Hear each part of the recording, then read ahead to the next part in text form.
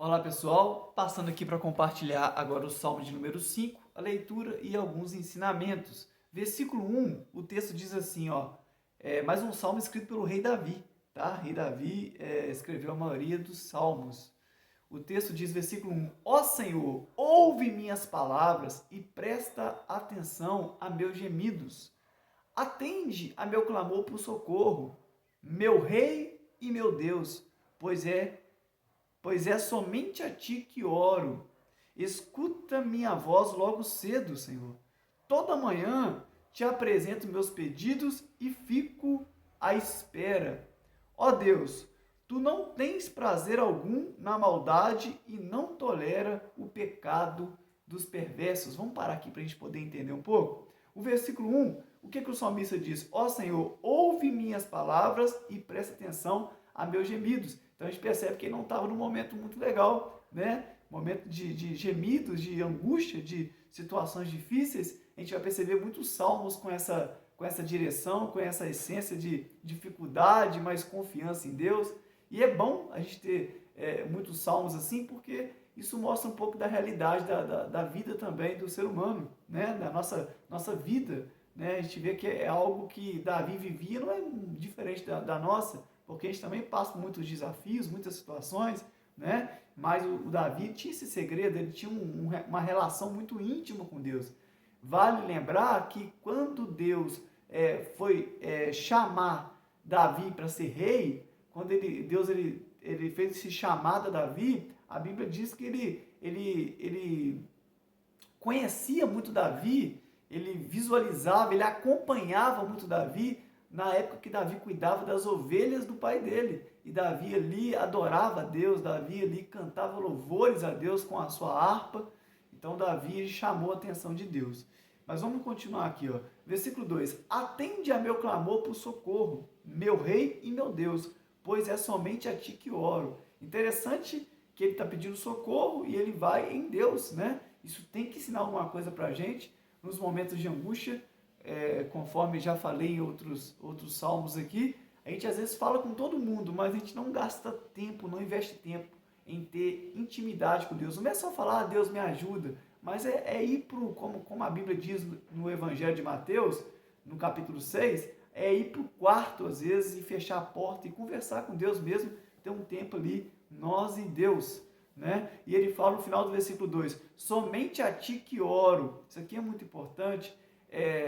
Nós temos alguém para direcionar a nossa oração. E o salmista diz, somente a ti que oro. Importante a gente saber para quem direcionar a nossa oração. E aqui o salmo diz claramente, somente a ti, Senhor, é que oro. Então, eu sei aonde encontrar refúgio, eu sei onde encontrar socorro. Versículo 3, escuta minha voz logo cedo, Senhor. Toda manhã te apresento meus pedidos e fico à espera. Interessante que ele apresentava e ele sabia que poderia aguardar do Senhor uma resposta. Ele sabia que Deus é um Deus que interage, é um Deus que não apenas ouve, mas é um Deus que interage conosco. Versículo 4, ó Deus, tu não tens prazer algum na maldade e não tolera o pecado dos perversos. Isso aqui é muito importante. Deus não tem prazer na maldade, isso aqui não é novidade para ninguém, a gente sabe que Deus realmente não tem prazer na maldade, né? Deus não gosta da maldade, Deus abomina a maldade e ele não tolera o pecado dos perversos. Isso aqui é muito importante. O pecado, tem hora que a gente lida com ele como se fosse algo muito natural, né? Todo mundo é pecador, todo mundo peca, como tipo assim, Deus, acostuma aí, é isso mesmo que tem para o Senhor ver daí. Mas a verdade é que a Bíblia diz que o Senhor, ele não tolera o pecado dos perversos. Então, se tem uma coisa que causa uma visão assim da parte de Deus de não tolerar, é o pecado. Então, se Deus não tolera o pecado, a gente tem que procurar fazer o quê? Fugir do pecado, correr do pecado, né? Viver uma vida fora do pecado. E se eu pecar? Se eu pecar, a Bíblia diz na carta escrita por João, que a gente tem um advogado, a gente tem Jesus para falar, Jesus, eu errei, não quero viver assim, estou arrependido, não vou procurar fazer não desse jeito mais, mas do jeito certo. Mas nunca se acostumar, nunca manter um relacionamento com o pecado, porque isso de fato, Deus não tolera não, Deus não agrada de forma alguma. Versículo 5, Os orgulhosos não terão lugar em tua presença, pois odeias todos que praticam o mal. Essa questão do orgulho, da soberba, é algo também que Deus ele não lida positivamente, não. Então, os orgulhosos não terão lugar em tua presença. Se alguém quer cavar um buraco para cair, é sendo soberbo, é sendo orgulhoso, é sendo presunçoso, então não é uma boa, não. Pois odeias todos que praticam o mal. É importante a gente explicar isso, odeia todos que praticam o mal, que na verdade Deus não odeia a pessoa, Deus odeia a postura errada da pessoa. Mas por conta disso a pessoa acaba colhendo fruto, né? Quem colhe o fruto é a pessoa que está praticando o que está sendo feito de errado. Tu destróis os mentirosos, o Senhor detesta assassinos e enganadores. Reforçando, o Senhor não detesta o assassino, o Senhor detesta o assassinato, né? Mas a pessoa que comete o assassinato, ela é culpada do ato. Então, o Senhor, a gente sabe disso, né? Ele é contra o assassinato, ele é contra o engano, né? No mesmo versículo fala do assassinato e do engano. Tem gente que fala assim, assassinato não pode, mas enganar pode, também não pode, né? Então, enganar as pessoas, Deus também detesta, tá? Os mentirosos, a mentira, a sociedade acostumou com a mentira também não dá certo não. Versículo 7. Por causa do teu grande amor, entrarei em tua casa, adorarei em teu templo com profunda reverência. Isso aqui é uma questão importante, que a gente precisa reforçar isso para os dias de hoje, dias onde a nossa agenda é muito corrida, muito agitada.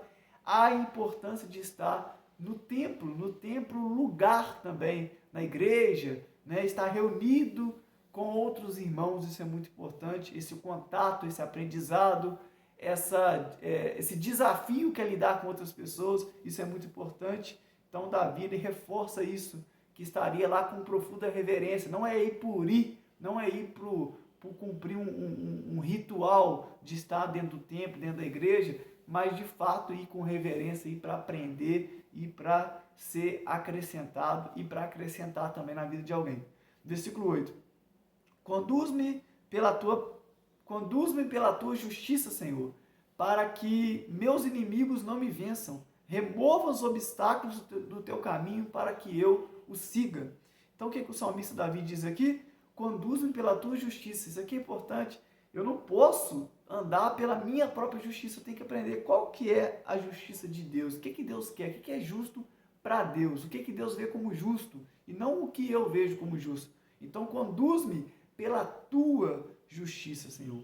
Mas não é algo automático também não. A gente pedir e simplesmente acontece. O que a gente tem que fazer é pedir, buscar aprender o que é isso e se esforçar para viver isso.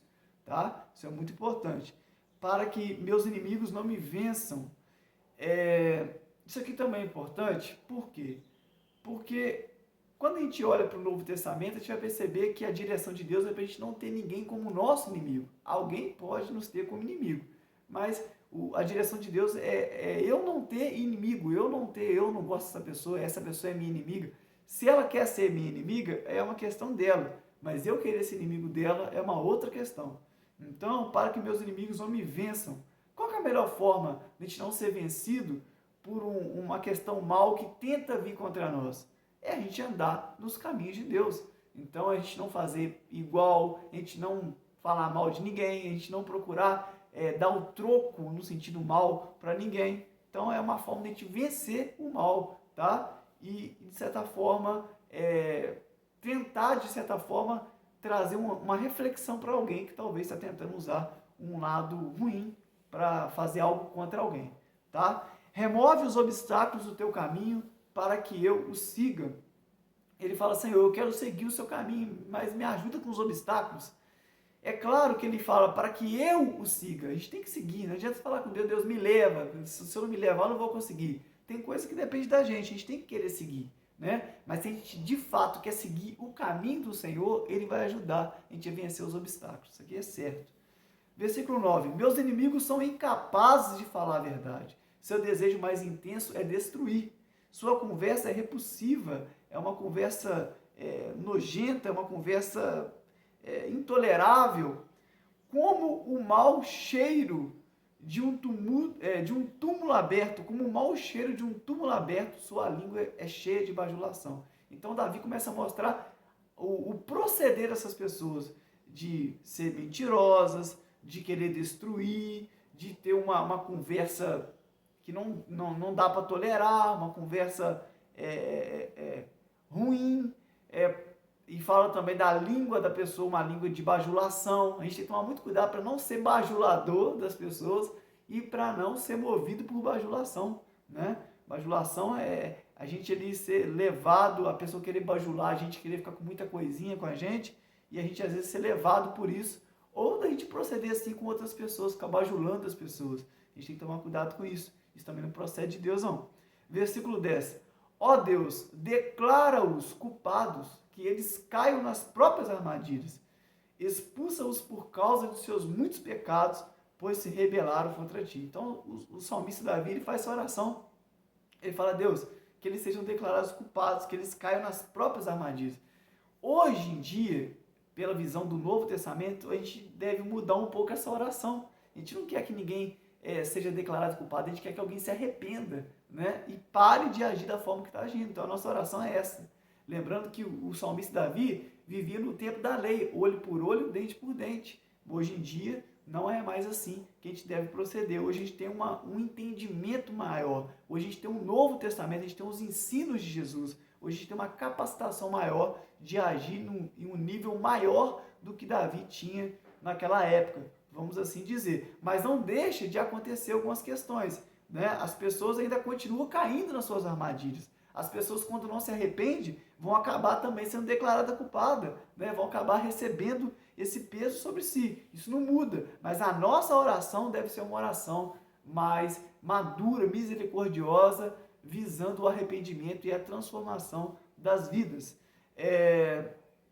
Versículo 12. Alegrem-se, porém, todos que em ti se refugiam, que cantem alegres louvores para sempre. Olha só.